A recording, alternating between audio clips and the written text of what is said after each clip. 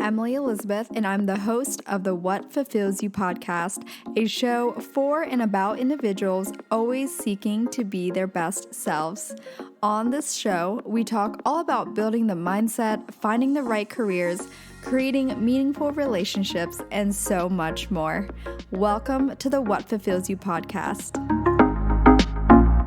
Hello, lovely friends. Welcome back to another episode of the What Fulfills You podcast. My name is Emily Elizabeth. I'm your host. And on today's episode, I want to dive into the topic around comparison, but especially positive comparison. And this topic specifically was a conversation that I had on New Year's Eve, actually. And it still lingers in my mind because this person was asking me, let me backtrack. There was someone that I had met that evening, and she was asking me my thoughts, my take on why New York has been worth it, or a city like New York City, because right now she lives in a smaller city town, actually somewhat near where I grew up, and she really feels like she has maxed out her capabilities and her opportunities in that suburb city. It's a city, but it's like a town, it's maybe like, I'm throwing out a number, like maybe like 20,000 people in this city. And she's leaning towards maybe Philadelphia could be the next step, but also New York as an environment, she has said, inspired her a lot, made her feel like she could possibly do it here. But of course, per what scares most people is how expensive the city is, which is what I'm not saying I love how expensive it is, but I also don't hate that there is such a barrier to entry, meaning that you really have to be willing to risk it all to be in a place like New York. And that's what makes New York City so special, which is also one of those mentalities that you either get or you don't, because the alternative argument that I always hear about New York is that you can get more for your money in a place like Miami, although arguably that is probably going to go away within the next year or so. The pricing has gone up a lot. But also maybe just in other places like Philadelphia or Chicago. Like, this is pertaining to U.S. cities. Of course, I think, I think London is actually similar in price to New York, maybe like a hair cheaper. But, if you guys live in metro cities, you guys get the idea. But with that being said, you have to be willing to make that leap, right? It's not a cheap decision, and it's a commitment. And during this conversation, this girl asked me, what has been the biggest return on my investment? Like, why has New York been such a positive experience for me? And the first thing that came to mind is primarily around the fact that I can positively compare myself to other people here. There are thousands and thousands and millions of people that you come across in the city, although it still feels like a small place in a way, that like circles merge. Like you see people that you recognize or you have met before more often than you think. You run into them if you're running through the same social circles. Besides that, though, what fascinates me the most is you really see people that you might look up to, or you might go, damn, I wish I could do that too. You start to realize, like, wait a second, if they can do it, so can I. And it's one thing to be looking at people online, whether it's through YouTube or a reality show or whatever that looks like, and you could be saying that to yourself too, because I was like that. But then it's a whole different ball game when you are actually walking on the same streets as these people, and you see people live out or approach or hustle for their dream every single day. And for me personally, I just can't help but go, damn, there should be no reason I can't either. That's also been a mindset of mine for a long time now. Something I probably wish I had more when I was a competitive figure skater, because I would have been able to grow my self-confidence more and be willing to not, I don't want to use the phrase like work harder, but I would have been like, okay, like there's no reason why I can't be just as good as, so and so, like some of these top competitors. And I didn't have the same gung ho, like, yeah, fuck yeah, I can do it as I do now. And like I said, I think it really just comes from being surrounded by more people that do it. And especially, I told this to my brother as well. I have a client from my marketing agency. She is one of my favorite clients. She actually was my first client. And she is just a normal woman. And I say that in a really positive way, in that I feel like oftentimes people say, yeah, well, I can't get to that level because I am not like Kylie Jenner, for example. Again, that's an extreme, example. But most of the time, people think that you have to be a celebrity or you have to have made a significant name for yourself to some degree, that you can afford to live and raise a family in a place like New York. And one of my clients, she actually is originally from Europe and then grew up in Pennsylvania, actually, just in the suburbs.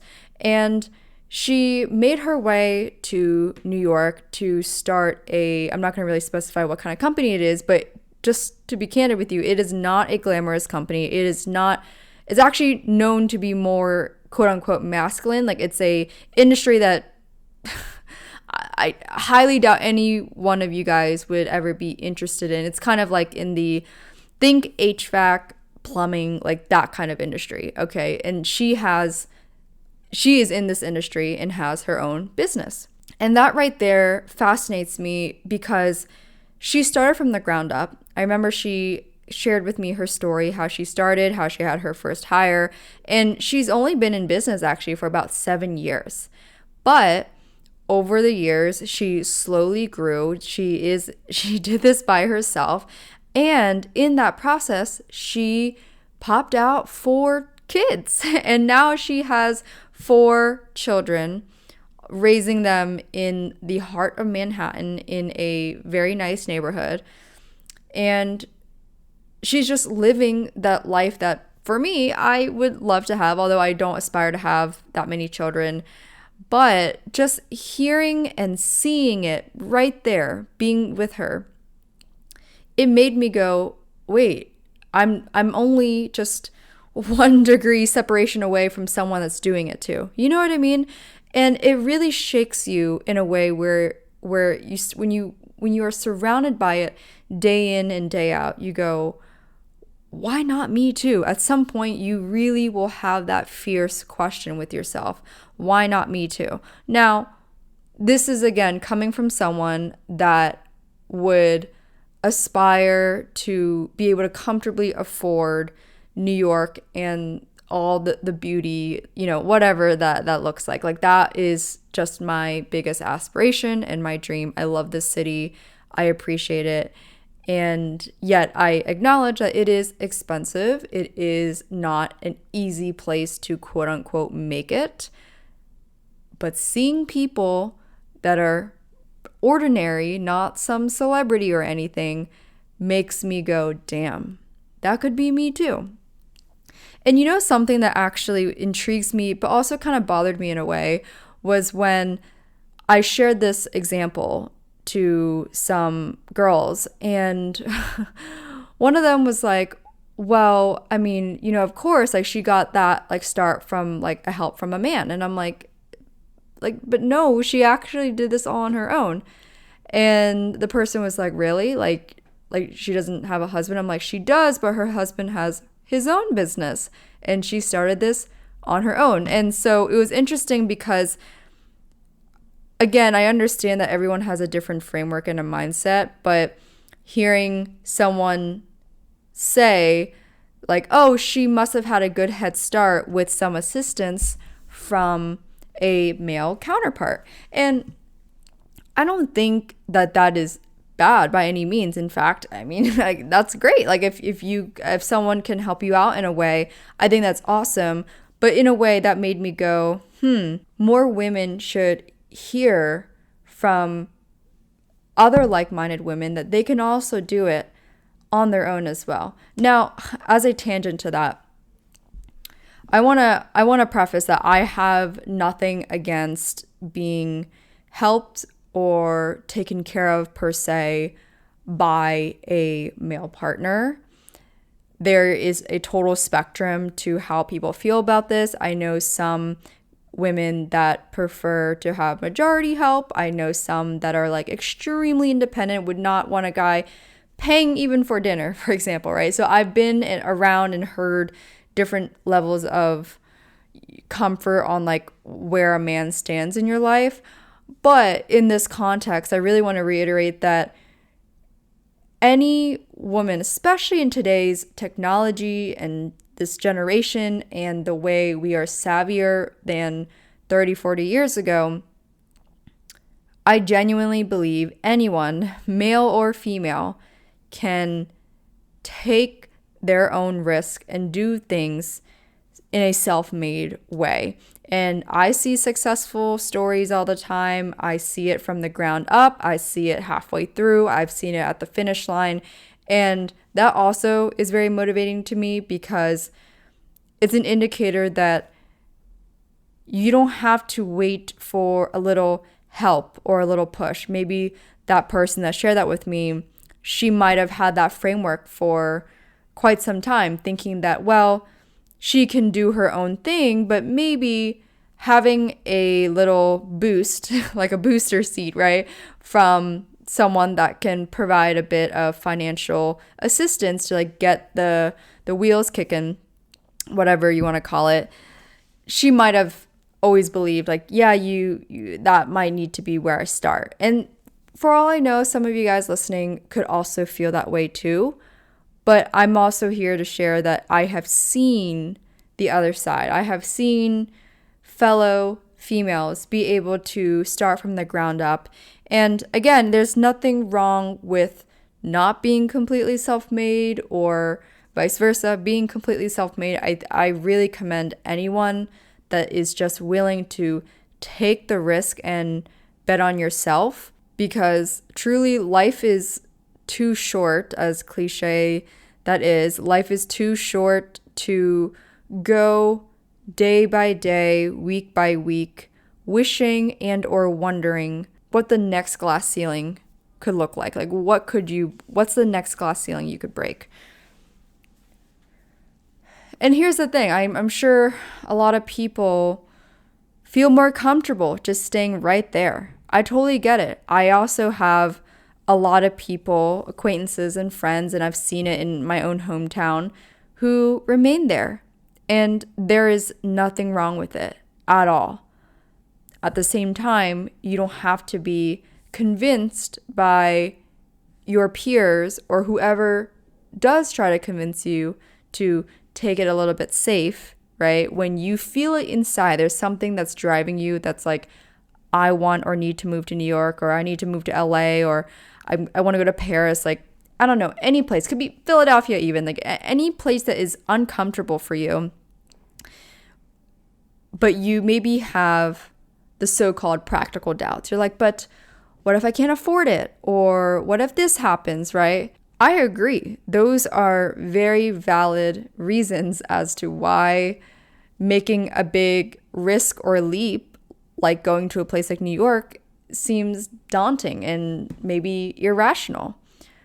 But remember, there are millions of people here that started, if not are, in the same starting zone as you are. And like I said, that's one of the best feelings, just to be able to positively compare yourself to people that are starting in the same boat or are already a few years in or are 10 to 15 years in. It's pretty amazing. It's just a clear indicator and reminder that you are not far off from it.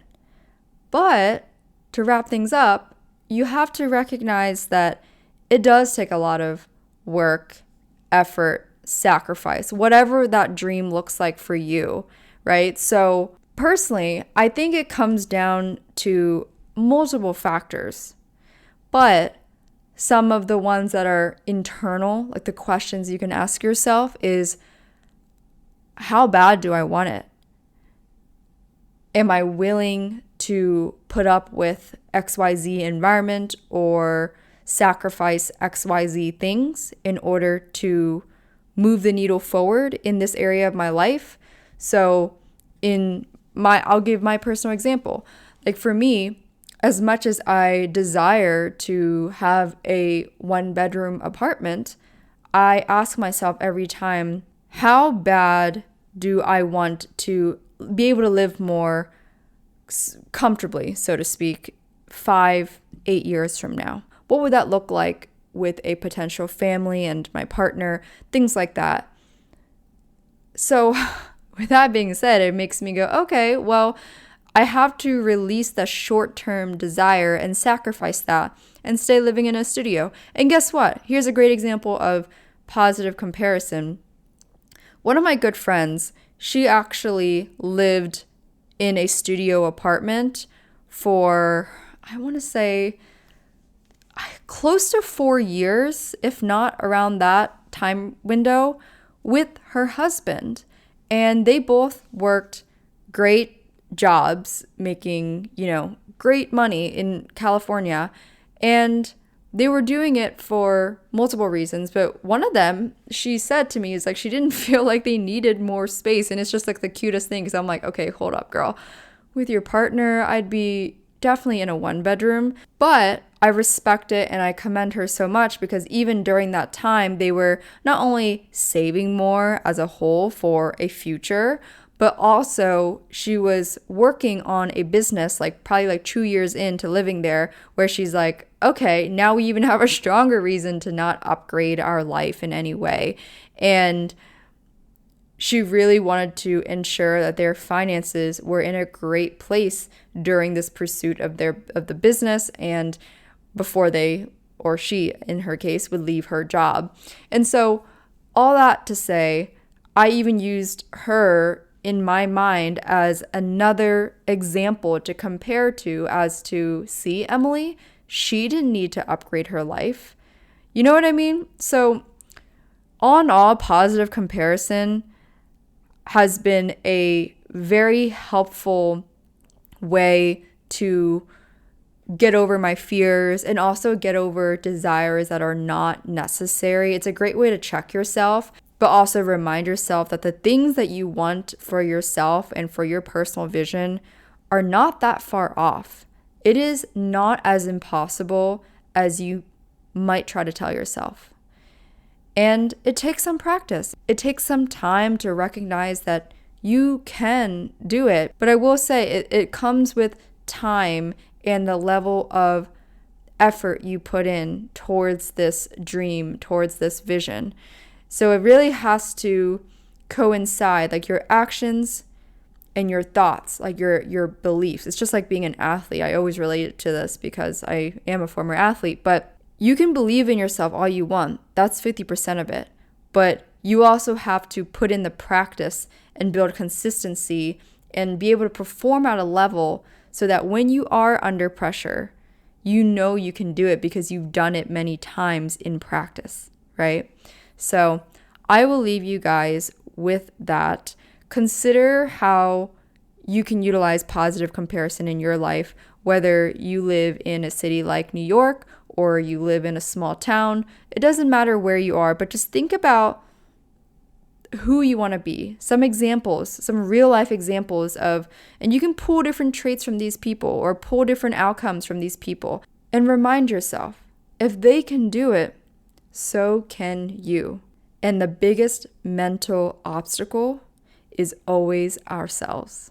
Thank you for tuning in to today's episode. I hope you enjoyed it. And if you did, please be sure to rate and review the podcast on Apple or Spotify and share this episode with a friend or on your Instagram story. And if you do, please be sure to tag the Instagram at What Fulfills You and my personal one at Emily E. Duong.